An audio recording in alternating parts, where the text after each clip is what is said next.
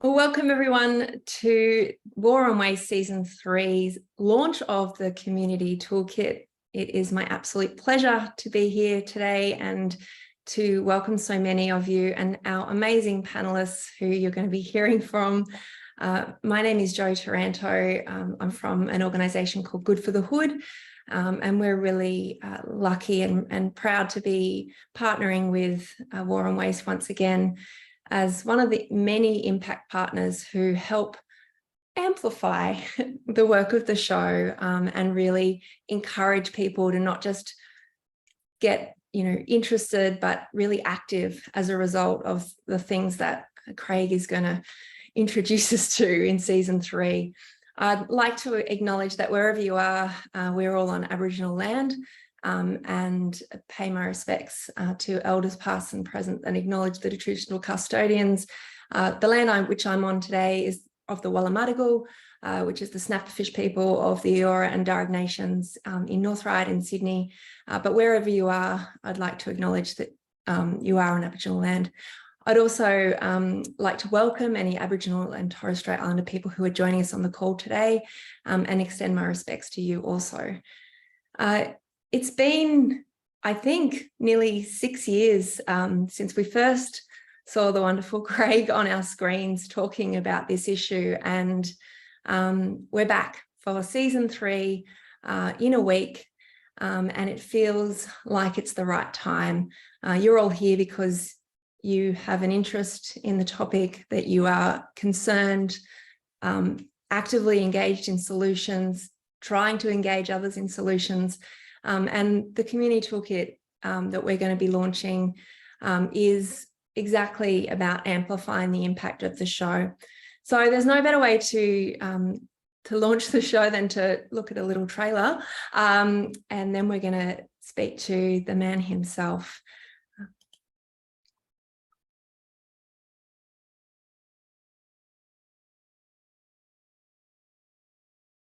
Oh, or not.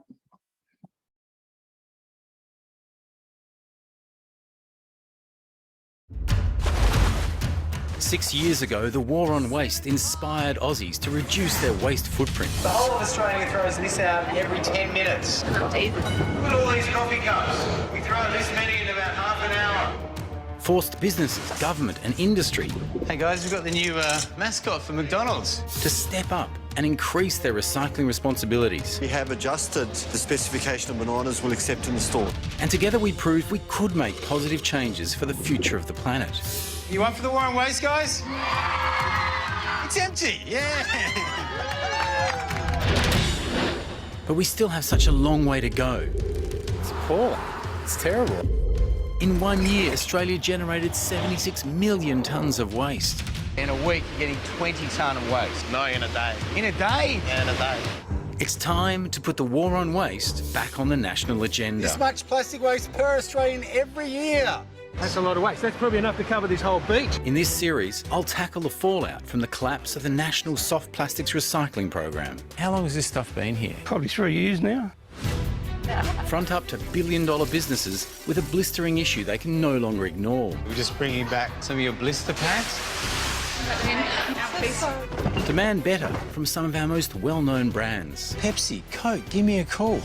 Ask everyday Aussies why they're wasting more food per family than ever before. Have a look at it. Half a tonne of food. It's sickening when you put it like this. Highlight why our disposable fashion habits are wasting our most valuable resources. Just the cotton to make the clothes that we throw out every year would require this much water. Sydney Harbour. And pose the frightening question, with all the plastic we use and throw away, how much is ending up inside us? Just by walking around, I'm ingesting microparticles. Absolutely. Oh, you're wearing plastic too! With the effects of climate change biting, governments and businesses need to do more. It's too complex. This is where government's got to step in. We all want to do the right thing. It's time to get everyone on board to reset the agenda. You up for the challenge? We've taken some steps forward. And sadly, in some ways, we've gone backwards as well. We've got some big questions to answer. We can't just keep making stuff, using it once or twice and burying it forever. How do we reduce our waste how do we properly recycle, and how do we stop thinking of it as waste. We've got some big changes on the way, so join us as we continue the war on waste.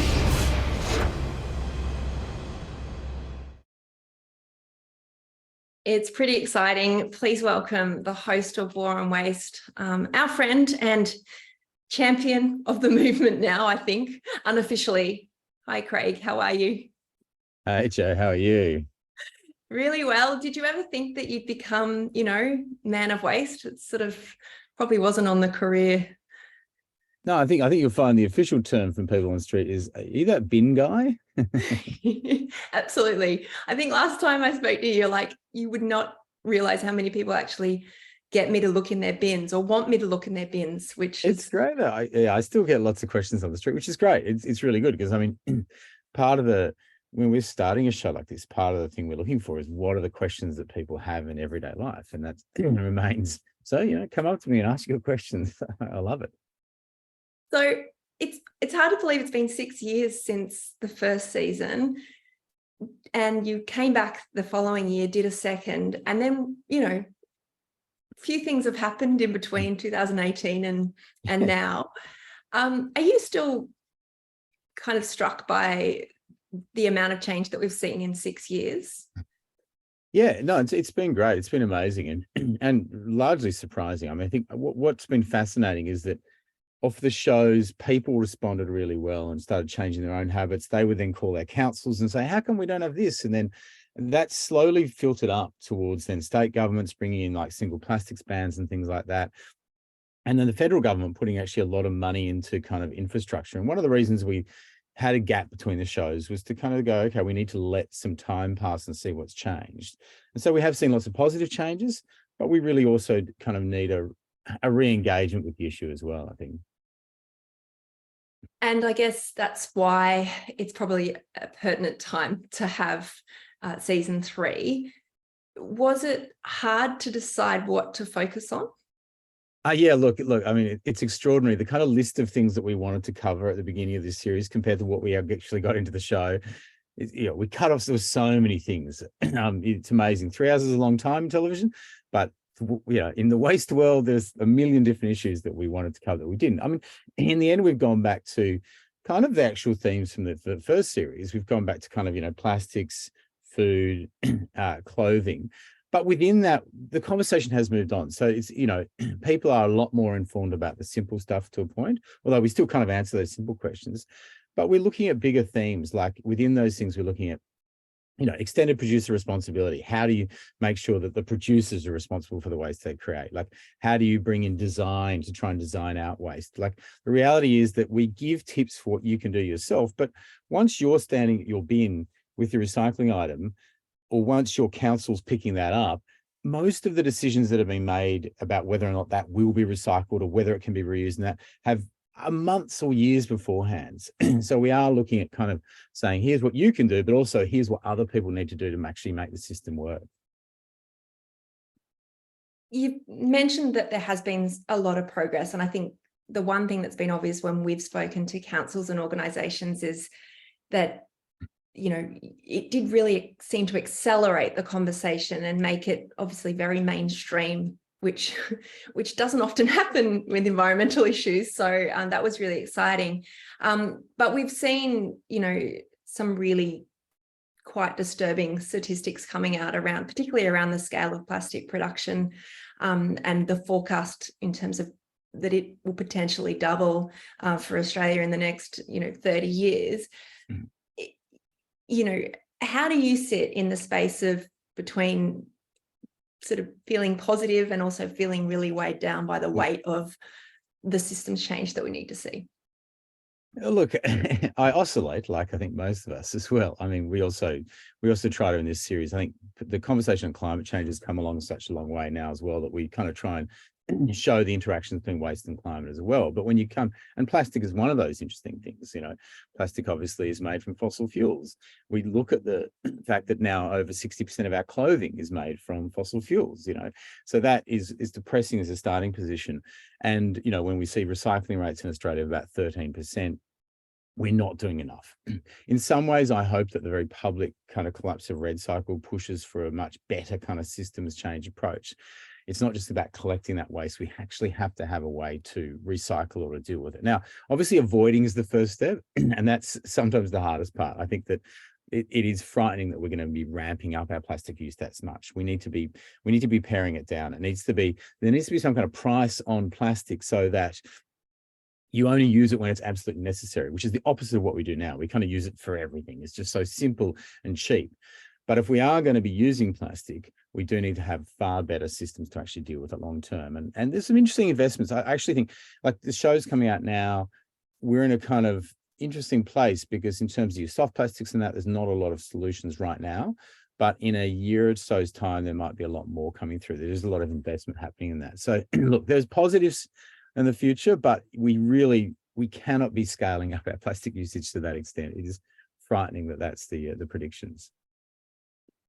It's interesting. I don't know if you get this, but I've got some sense from a few people that they're a little bit nervous about what's going to be in the show. And there was particular commentary from a couple of people I know recently who were talking about is it a beat up on the waste industry? Is this a beat up on councils? And, who's gonna cop the sucker punch from Craig? And I think the difference in this season, it seems, obviously not having seen it yet, but it seems to be a lot more about the fact that we need really strong policy.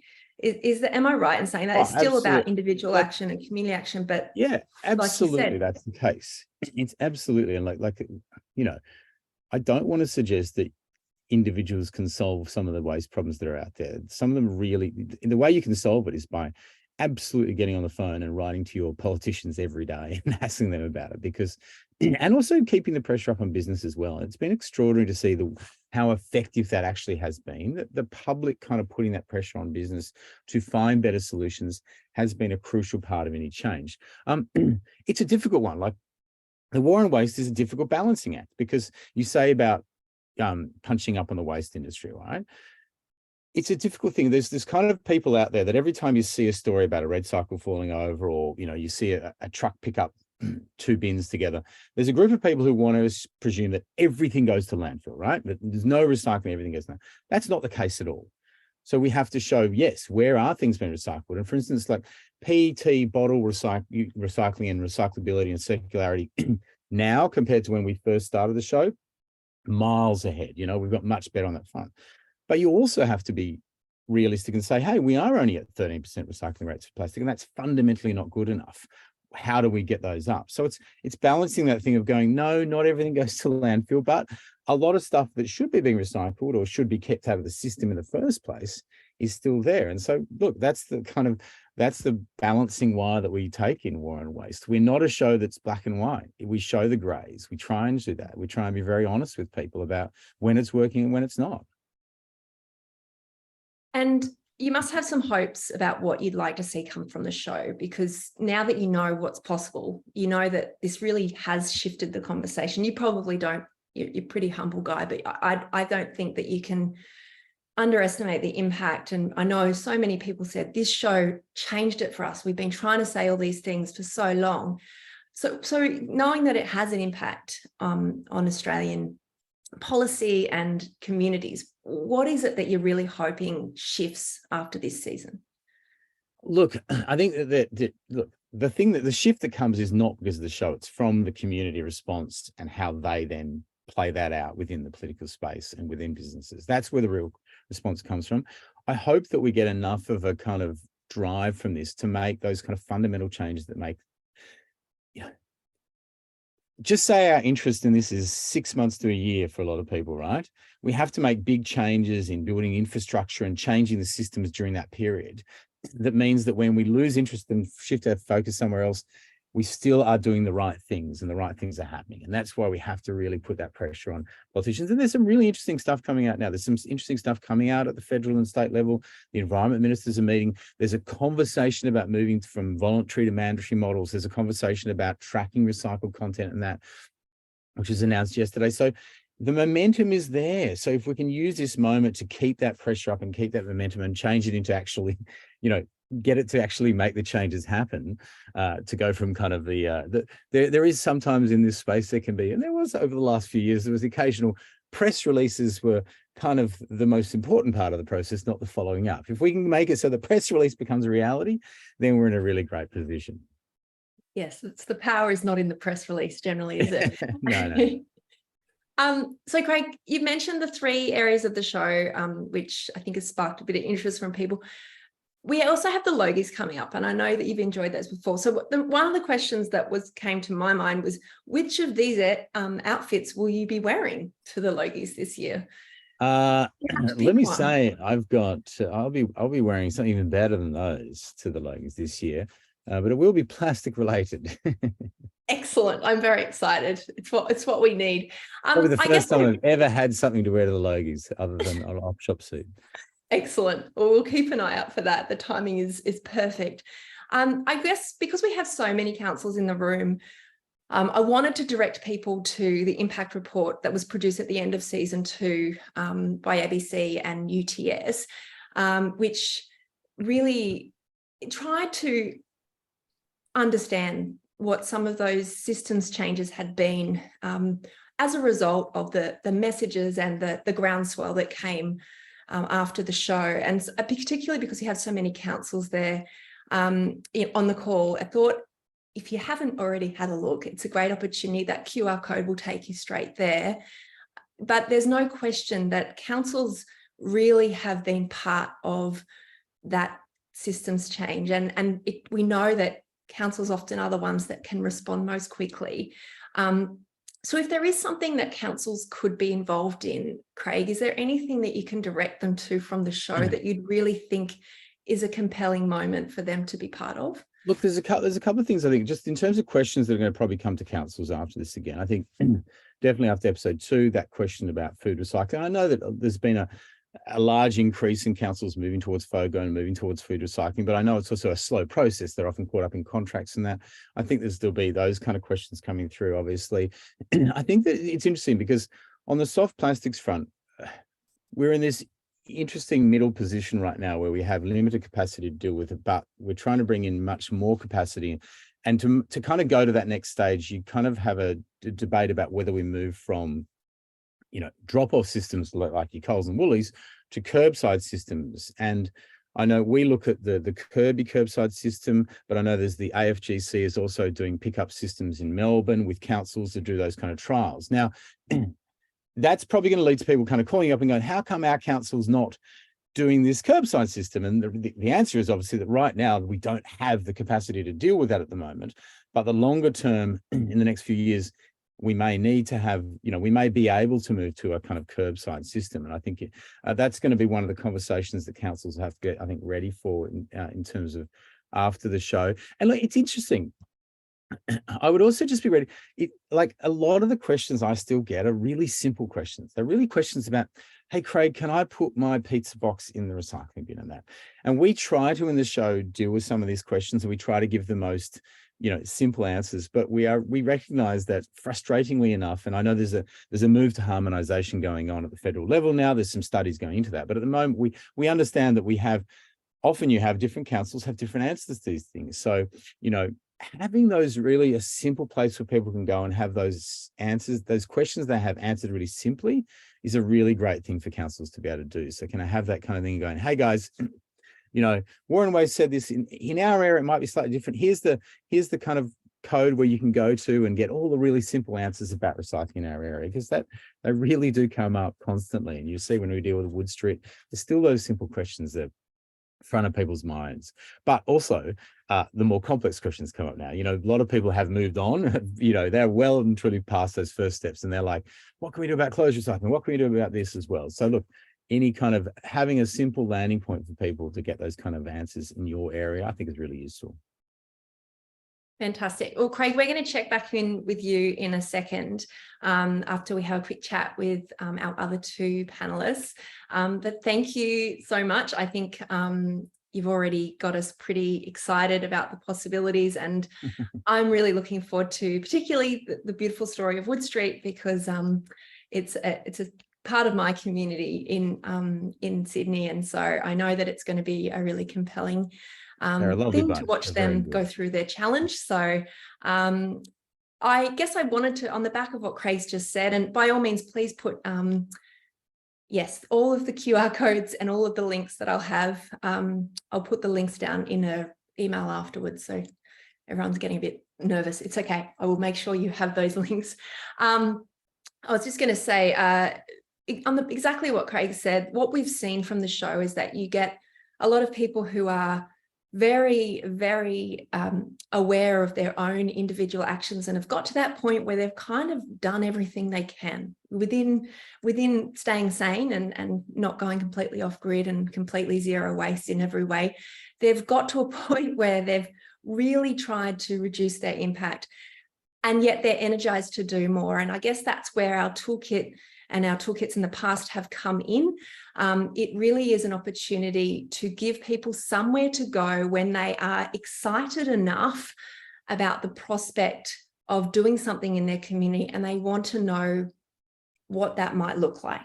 How might I do that? So we've done this before with the ABC and with Craig's shows and Loon Media's shows. So our first War on Waste toolkit was very much about getting started and activated, which came out after season 2, because really ABC was inundated with people reaching out and going, how do we do that thing that we want to do, which is not just in my home, it's with my community. So the toolkit is really targeting those people who may reach out to you if you are in a council, or they might reach out to your organization and really say, you know what, I'm ready to do that thing. Let me at them. So please use it as a resource. I'm just going to have to flick back through some of my slides. The toolkit will be out around the 2nd episode of the show. Give people a little bit of a chance to digest EP1, and we really will be encouraging people to lead action outside the individual action. So, and people always say, but what's the difference between community action and individual action? And I guess for us, we say the difference is between what you do in your home and what you encourage others to do in their home potentially, or in a different organization. Maybe it's in a workplace, a school, or a sports club. There seem to be the 3 main spaces that we hear action being taken. Please, use our resource and use our kit that comes out as a way, if someone reaches out to you and say, hey, I want to know how I can get involved, you can direct them there. There's a directory of resources. There's particular actions which we'll be encouraging people to look at, and they step just a little bit beyond. It's kind of like, I always say, it's like extra credit. It's for those people who've done the baseline coursework and going, you know what, I kind of want to just do that thing that's going to get, this is for you. So one of the most successful, I guess, parts of the series has been in the past, and one of the, I guess, organizations which have really seen that impact is Responsible Cafes. So I wanted to reach out now and introduce you to the General Manager of Responsible Cafes, Marion Vigot. Hi, Marion. Hi, Joe. It's so nice to be here. Thank you so much. You must be so excited. Another season, another opportunity to talk about all the things that you talk about every day. We're so incredibly excited to be seeing the new season of War on Waste. We've been waiting for it, actually. Yeah, it's I guess you've had so much momentum, and that report the impact report talks very specifically about what shifted for Responsible Cafes, which tell us, if for anyone who doesn't know what Responsible Cafes do, tell us who you are and how it got started. Basically, Responsible Cafe has started from a community group that was passionate about waste and reducing waste, and started from just a group of individuals picking up rubbish off the beach, really. It became a national accreditation for cafes who are doing the right thing by the environment and who are driving behavior change in their local community. So we now platform that reference and accredits cafes and any businesses serving cafe to lead the war on waste and to really drive change in their local community. And you, on the back of season 1 and then into season 2, there was this huge uplift in terms of the amount of cafes that registered and got part of it, as well as people like myself who became like these slightly maniacal kind of active ambassadors for the program and would knock on cafe doors and in a really lovely way, but get passionate. You know, what was the impact of COVID on that whole amazing momentum? It must have felt like a kick in the guts.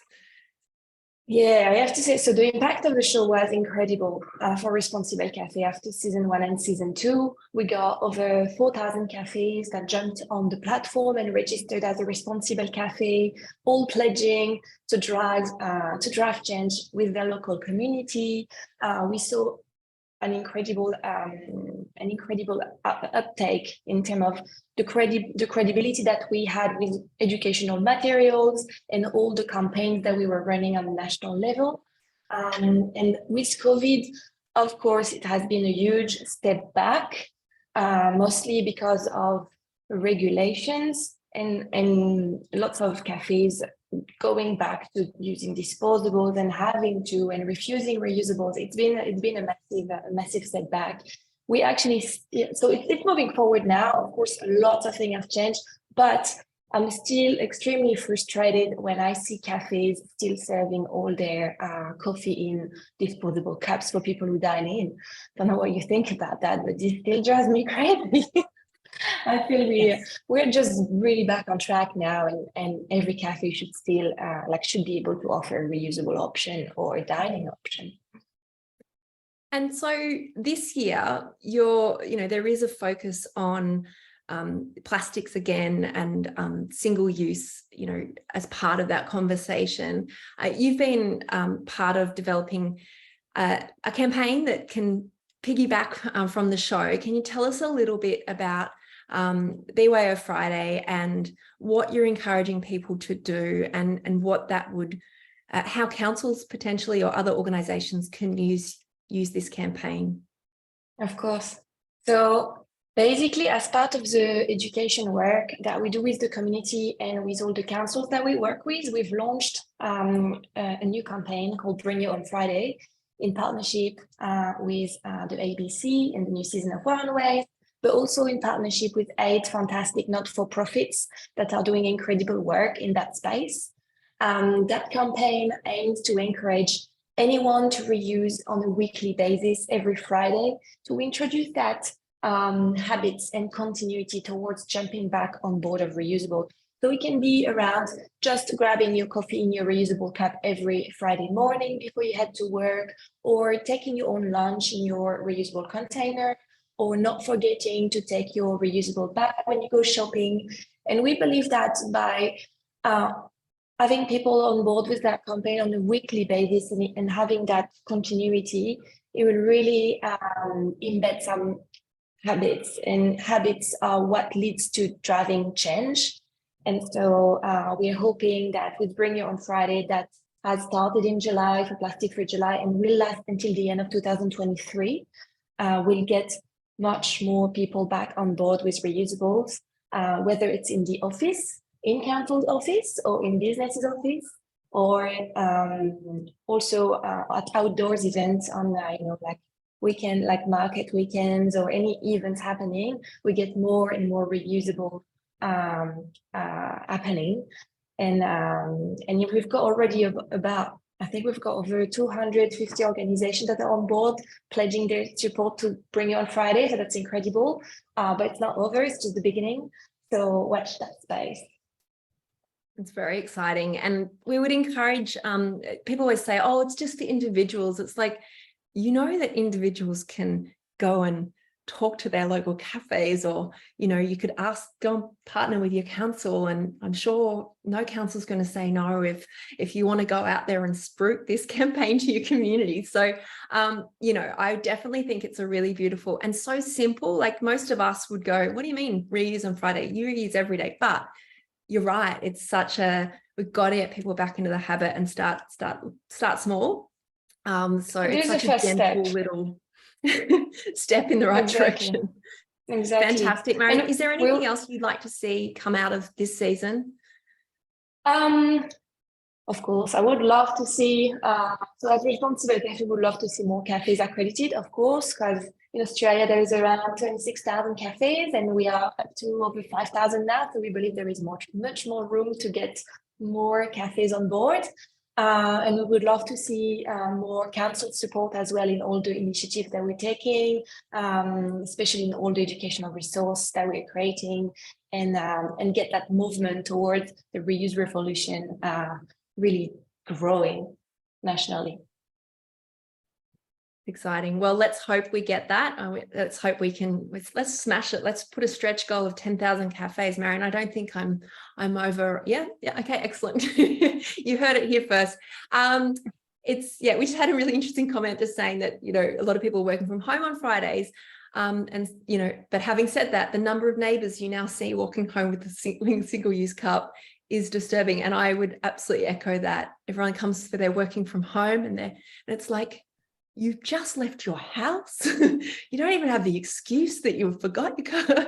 Anyway, lots of work to be done. Thank you so much, Marion. You'll be around for questions in a second, and we'll catch up with you then. I'm going to introduce you all now to our final panelist, the wonderful Nina, who can make outfits that I see in Vinnie's look red carpet worthy.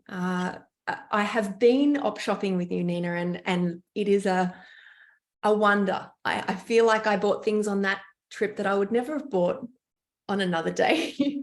Tell us a little bit about how you found yourself in the sustainable fashion space, and is there a sustainable fashion space?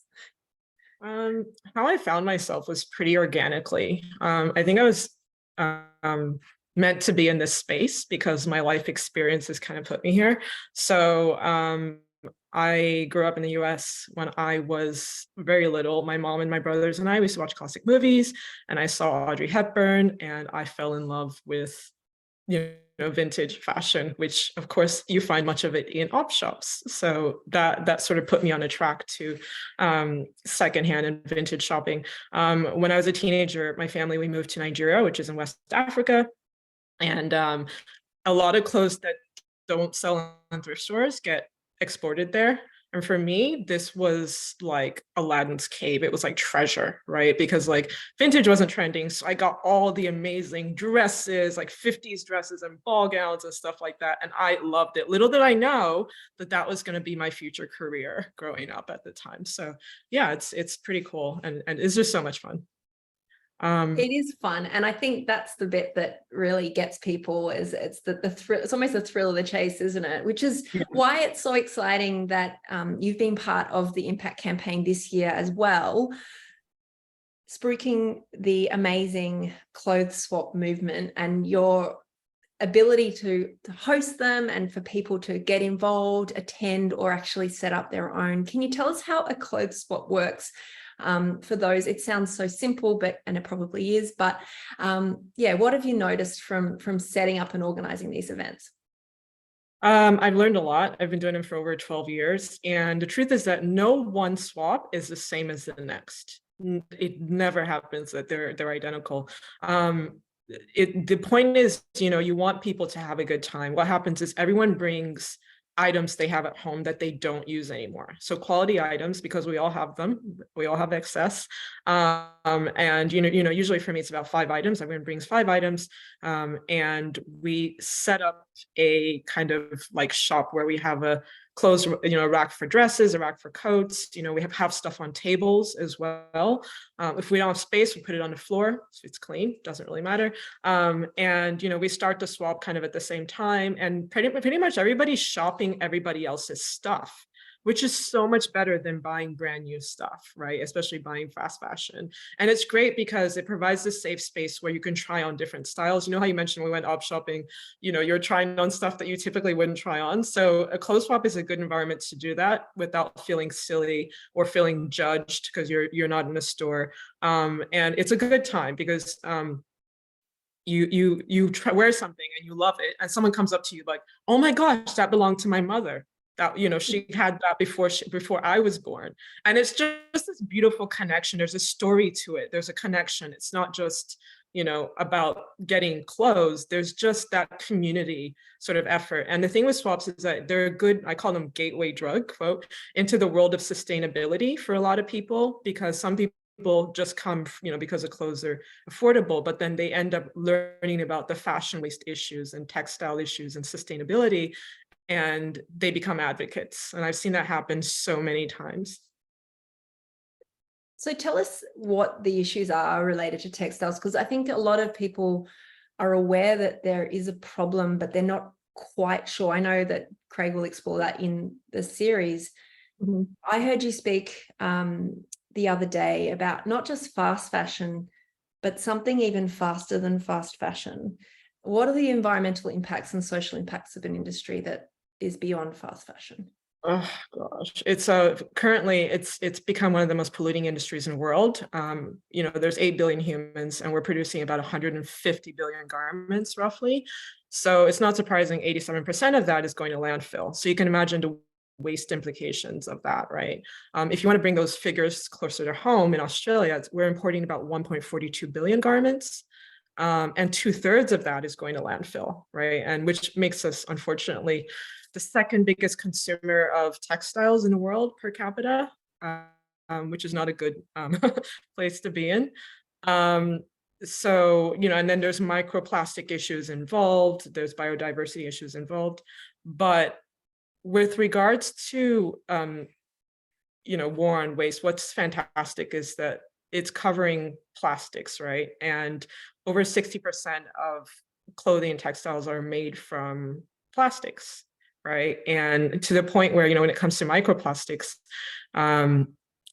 microplastics cover, I think it's roughly 90% of the surface waters in the world. And 1/3 of that comes from clothing and textiles, right? So yeah, it's something that is beyond you know, imagination. So we've had fast fashion, which is a major contributor to this. And for years we were screaming about how horrible it was. Meanwhile, there's this, you know, we had brands like Zara and Shein and so on, which are absolutely horrible. And then in the corner was this other brand called Shein, right, watching all this. And they came out in the last few years as a startup and recently valued at like $100 billion. So basically they're watching everything going on. They're like, hold my purse and see what I'm going to do. The amount of clothing that Shein produces has earned them the title of super fast fashion. So they manufacture probably 10 times more than like H&M, Zara, and the rest of them combined, right? To put that into context, super fast fashion, in a 4-month period at the beginning of 2022, H&M had like 4,000 new items, about 4,000 new items on their website. Shein had 350,000 new items on their website, right? You need to digest that. It's insane. So they have like roughly about 6,000 to 10,000 new products a day on their website. So it's really scary because I feel like we're going to move beyond ultra fast fashion very soon. We're going to go to, I always say, supersonic fast fashion. So fast fashion at the speed of sound, which is incredibly scary. And I used to joke about that, but that's actually kind of happening. There's a new brand now, a new kid in town called Temu, that's cheaper than Shein and faster than Shein. And I just have no words at what's happening right now. So we really have to put a stop to things. It's almost becoming a single-use, you know, process, isn't it? I mean, we think about single-use plastics as being cups and spoons, but so much of our fashion is single-use and purchased at such a price that we can think justified. Oh well, it was only $3, you know. I wanted to just focus on one of the positive things that we have seen talked about recently in Australia around fashion. And while I'm doing that, I'm going to get everyone to start putting their Q&A question, like put your questions in the Q&A for Marion, Craig, and Nina. With the Australian Fashion Council's announcement recently, what does that mean? And is that part of the solution? Yes. So the Australian Fashion Council's product stewardship scheme is called Seamless. It's kind of groundbreaking because Australia's kind of the first to implement such a scheme around clothing and textiles, but at the moment it's voluntary. So currently only 2% of clothing is being recycled in Australia. And this scheme is an initiative to improve the design. Craig earlier talked about, designing out waste. Also, it's around recovery, reuse, recycling of clothing. And the idea is to have sort of a more sort of rounded, if not circular, system in Australia by 2030, right? And so, like I said, it's voluntary. So the Australian Fashion Council approached, I think, 30 Australian fashion brands, and only 6 signed up. And what happens for brands in this scheme is that they pay 4 cents per garment, a levy, and that money gets put towards initiatives like, sustainable design, reselling secondhand clothing, textile recycling, and so on, that full circularity situation. And if enough brands sign up, about 60% market adoption, they'll be able to make $36 million a year, which is what's needed to put this scheme into effect fully, right? And what's interesting is that the Environment Minister, Tanya Plibersek, has said, if the other Australian brands don't sign up in the next 12 months, it's going to become mandatory. It's going to become legislation. So that was kind of. And if it doesn't, we'll just unleash Craig. It's great. It feels like we've got it all. We'll put Craig on that case. Craig will make it happen. We're going to direct people to register their interest for clothes swaps. So we're encouraging people, if they are interested, if their organisation or community or council are wanting to run a clothes swap, they can. Again, I will include the URL, I promise. But tell us quickly, Nina, what you want them to do. Register? Is that the main thing? So with the impact campaign we've been working on, we had a couple of webinar tutorials. We've created a really comprehensive resource pack and kit that you can download. So it's very detailed, so you know everything about hosting swaps. However, you don't have to follow it. Like I said, one swap is different from the next. You can have a swap at home with your friends, make it organic. You don't need materials, you don't need to buy anything. If you don't have clothes racks, use tables. I've used everything imaginable to host a swap in the past. So you don't have to make it fancy, you don't have to make it formal. I've been getting feedback from organizations and councils saying they don't have the resources to do it. I'm like, you don't need resources, all you need is a space. Or do it outside. It's not raining, The important thing is to do it. It doesn't have to be big. You can have a few people. And please register your swap with us. I think there's a link in the chat box. Certainly, so we'll have 2 links out to you, one for the resources and one to register. I think Anna's actually can throw it in the chat as well, if you want to register. Yeah, absolutely. And just the thing about swaps is that when you do it, people come to it and they learn about swapping, and then they start hosting swaps. And that's how we spread this concept and this message, because in order to turn things around in Australia, we all need to get involved. And swapping is literally the most basic, easiest, most community action that you can take. So please do it and register it, and it's going to be awesome. I'm going to welcome Craig and Marion back. We've got a few questions starting to come in here. I'll probably start with one for you, Craig. What are the barriers to councils or governments processing soft plastics? The barriers are, I guess, the market and technology.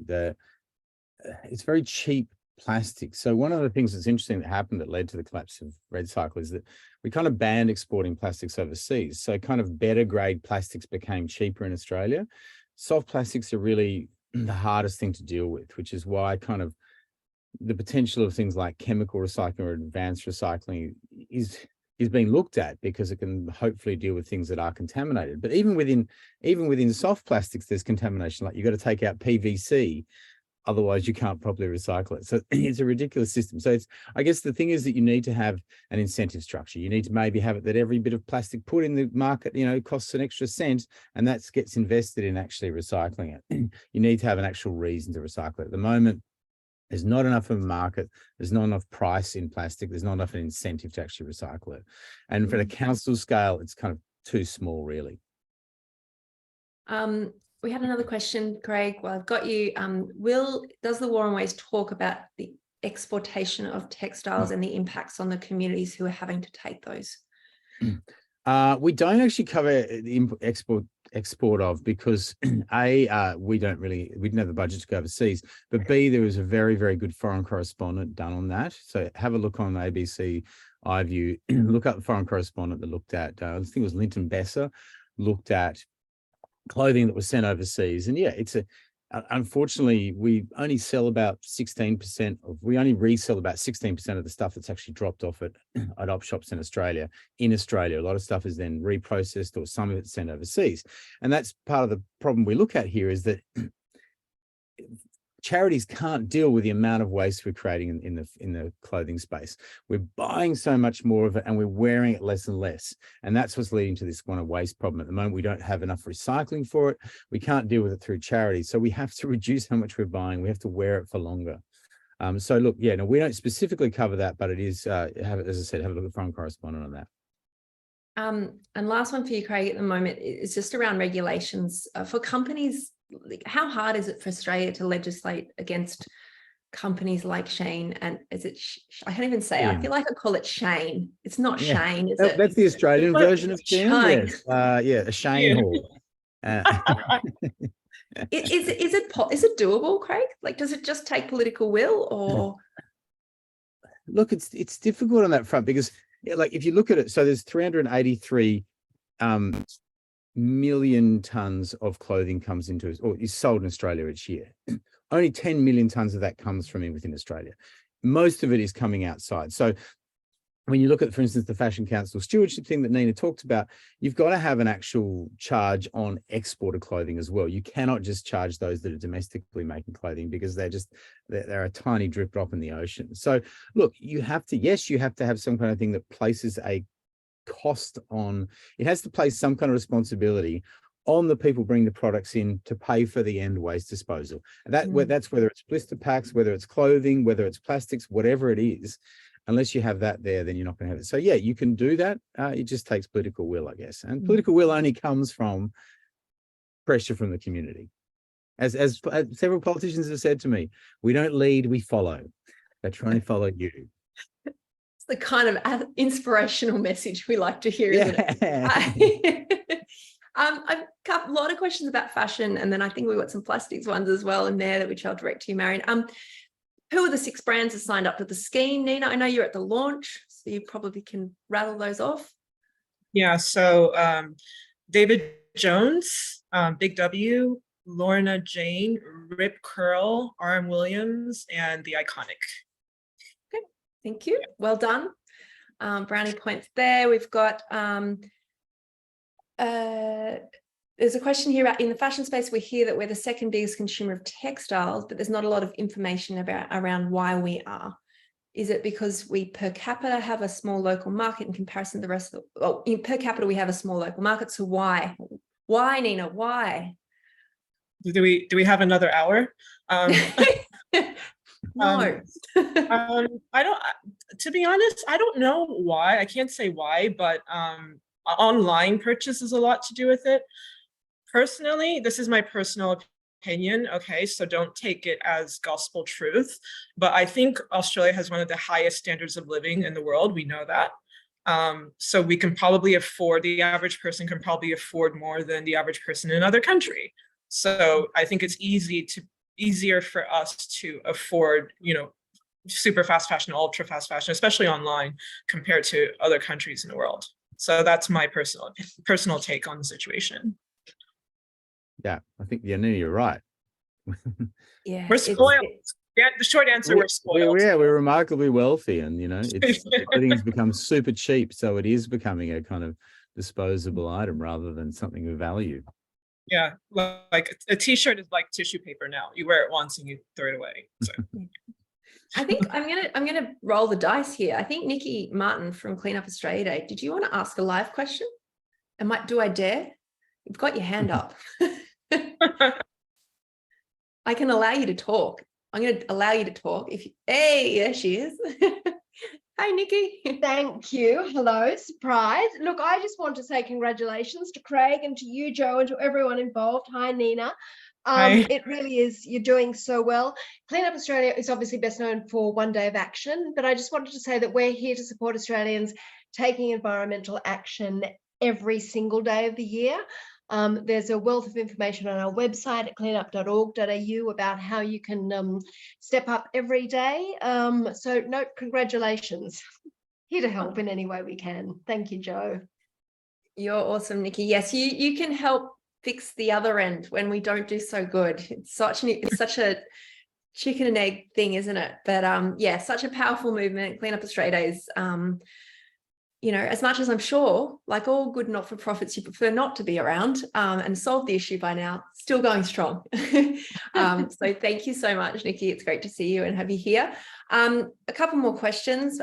We've got a bit around the cost of waste and recycling being pushed onto individuals and local governments, and how do we shift the system so that the recycling costs go back to the creators of the waste? So I guess this is sort of one for you, Craig and Marion. I mean, it's all of you really. Yeah, thoughts on that? I guess this comes back to extended producer responsibility and stewardship. Yeah. Is mandatory the only way, Craig? I think so, because if you don't do mandatory, what you do is, what we do in Australia is we have a voluntary program. So what that means is that the companies that actually do the right thing get punished by the system. They go out and actually, you know, spend extra to make it so their things are more recyclable or otherwise. And then people who don't want to do that and just want to, you know, free ride, get to do that. So it's a real punishment on people doing the right thing if you don't have a mandatory system. And I think that's why we need to move that way. You see the same in cafes, Marion, that those cafes that are trying to do the right thing themselves have to pay more to do the right thing, and that just has to be an altruism that's driving that? It really depends on council area. We notice, for example, there is cafes that do have access to three different streams collection, but some cafes only have access to one bin. Some cafes have access to a weekly collection, some cafes have access to a fortnightly collection. And if they want to get more collections, or if they want to get more bins, they have to pay for them extra, basically. So it really depends on council. But when it comes to the question that was asked, I would say it's also about shifting the mindset and rethinking about the way we purchase products.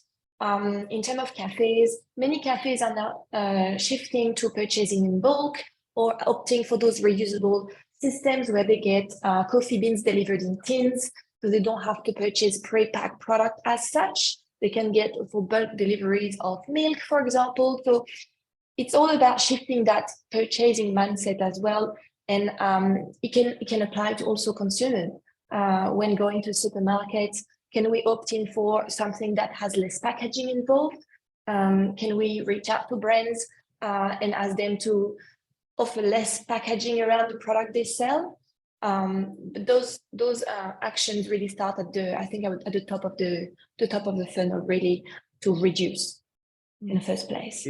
It's interesting, Jo, because we spoke to Brew Cafe in Bondi, who've gotten rid of all of single-use coffee cups, and they've kind of replaced it by having, you know, coffee, just reusable cups that they buy from salvos and that.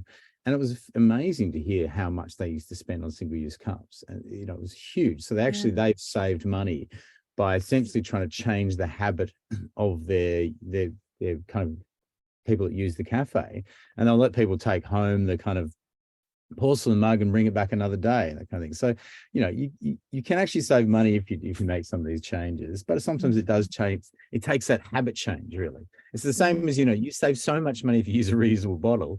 You just got to get into the habit of doing it. Yeah, that's right.